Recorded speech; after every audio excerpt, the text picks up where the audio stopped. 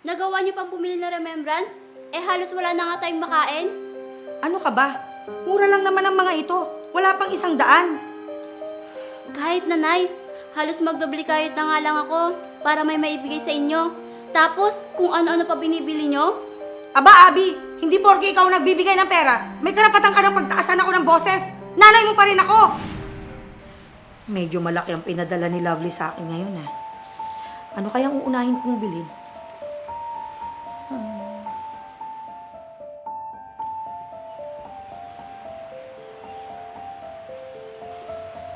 Nay, mano po? Oh, Abi, dumating ka na pala. Sandali lang, may nililista ako. Tumawag po sa Ate Lovely, Nay. Yung perang pinadala niya, unahin niyo daw po muna yung pambili ng gamot ni tatay at ni Hana. Huwag mo nga akong turuan. Alam ko mag-budget, no? Pinapasabi lang po ni Ate Nay. Baka po kasi sa susunod na buwan, mababa na yung may padala niya. Bakit naman? Ang laki-laki ng sahod ng ate mo tapos konti lang ang maipapadala niya? Saan naman sana ako kukuha ng pandagdag na panggastos dito sa bahay? Hindi ko po alam, Nay. Yun lang po yung sinabi ni ate. Kung alam niyo lang po, Nay, may sakit din po ang anak niyo.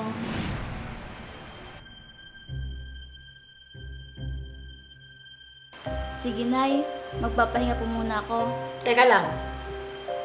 Wala ka man lang bang pasalubong? Wala po, Nay. Hayaan niyo po. Sa susunod, bibili po ako. Mababa lang po kasi yung sinahad ko ngayong buwan. Minsan ka na nga lang umuwi dito. Wala pa. Sige na, magpahinga ka na doon. Marami pa akong gagawin. Ang bihirang buhay to. Minsan na nga lang uuwi. Wala akong pasalubong.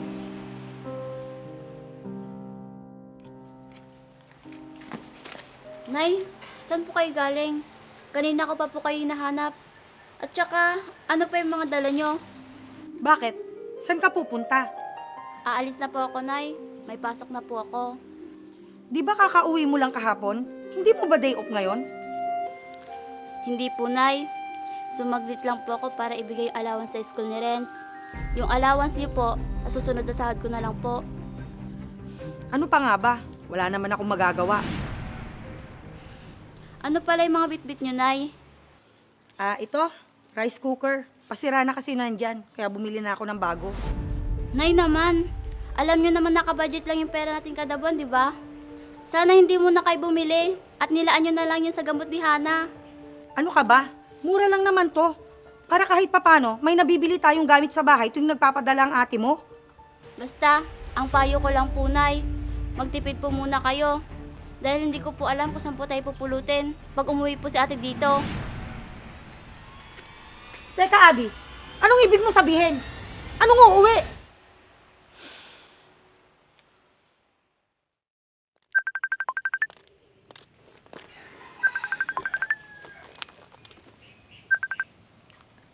Hello, ate? Hello, Abby. Galing ka na ba sa bahay? Oo, ate. Paalis na rin ako dahil may pasok pa ako mamaya. Ganun ba? Eh, yung bilin ko sa'yo, nasabi mo ba kay nanay? Nakabili na ba siya ng gamot ni tatay at ni Hana?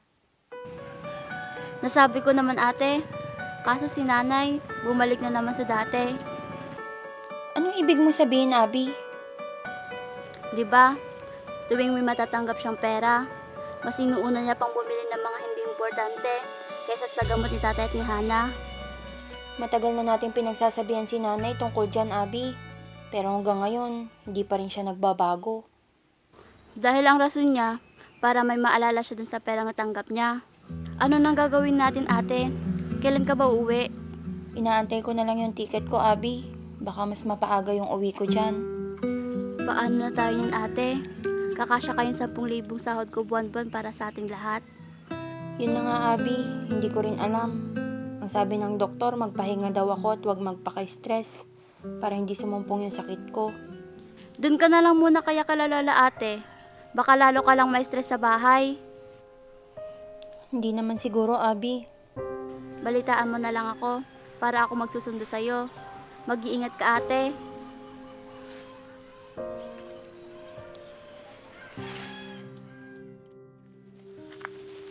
Oh, lovely. Saan galing yan? Ah, ito po, Nay. Bigay po ni Tita Ruby. May bigas ka ngang iluluto. Pero wala namang ulam.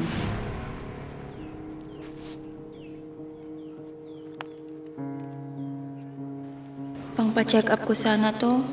Kaso, saka na lang siguro. Ibigay ko na lang muna kay nanay. Nay, ito po. Pambili po ng ulam. Saan mo naman nakuha to? Binigay po ni Tita Ruby noon. Naitabi ko lang po. May pera ka pa pala dyan. Kung hindi ko pa sinabing wala tayong ulam, hindi ka pa magbibigay.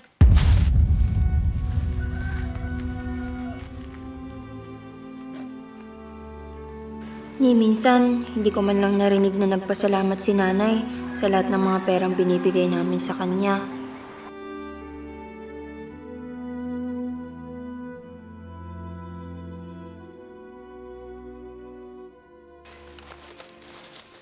Ate Lovely, Oo, Abi.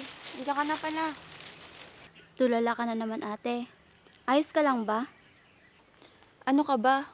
Ayos lang ako, Abi. Nasaan si nanay at tatay ate?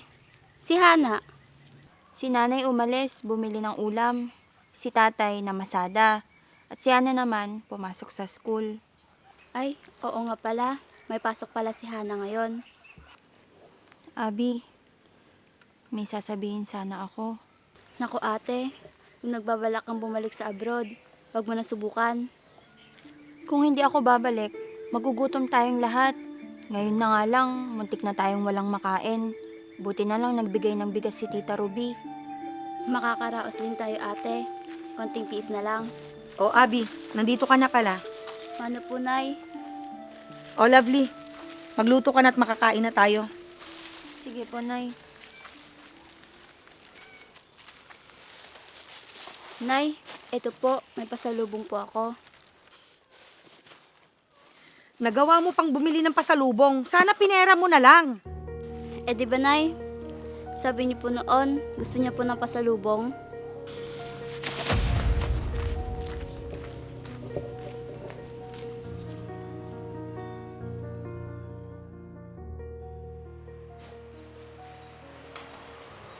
Ano po yung mga binili niyo, Nay? Tulungan ko na po kayo. Hindi na. Ulam lang naman to, tsaka damit ni Hana. Bumili na rin ako ng mga baso para may remembrance naman tayo sa perang binigay ng Tita Ruby mo. Ano, Nay? Nagawa niyo pang pumili ng remembrance? Eh halos wala na nga tayong makain. Ano ka ba? Mura lang naman ang mga ito. Wala pang 100.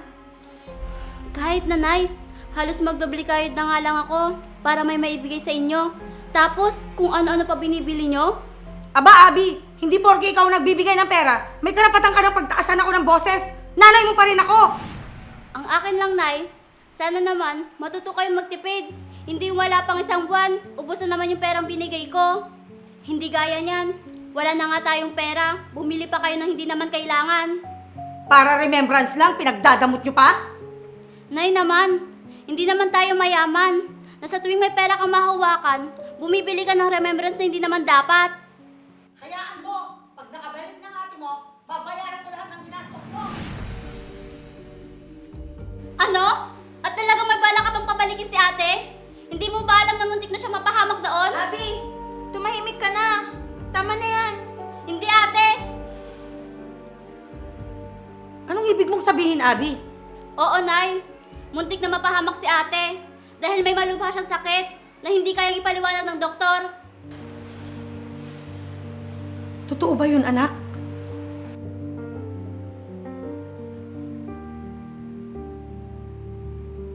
Kahit hirap kami maghanap buhay, hindi kami nagreklamo, Nay. Si ate, nakikilabada na lang ngayon kila Tita Ruby para lang may pambili ng gamot niya. Ako naman, kahit day off ko, nagtatrabaho ako para lang may pera tayo, Nay. Tama na, Abi. Baka kung saan pa mapunta ang usapan. Pero ni minsan, Nay, hindi man lang namin narinig sa inyo na magpasalamat sa lahat ng perang inaabot namin sa'yo. Pero isa lang ang pakiusap namin, Nay. Na sana naman, lipirin yung mga perang binibigay namin. Iwasan nyo na rin yung mga luho nyo. Dahil hindi ko na alam kung saan tayo pupulutin pag nagkataon. Pasensya na kayo mga anak. Patawarin niyo ko.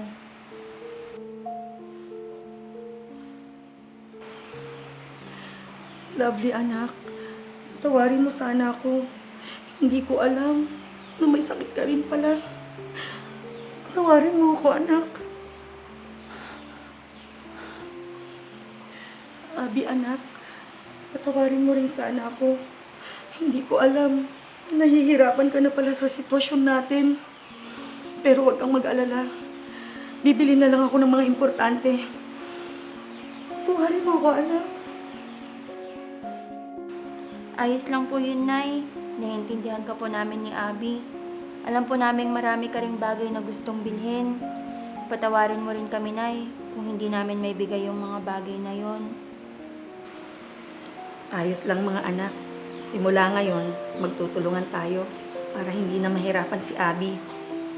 Maraming salamat sa sakripisyo niyong dalawa. Hindi ko man masabi sa inyo, alam ng Diyos, malaking pasasalamat ko sa inyong dalawa. Maraming salamat mga anak.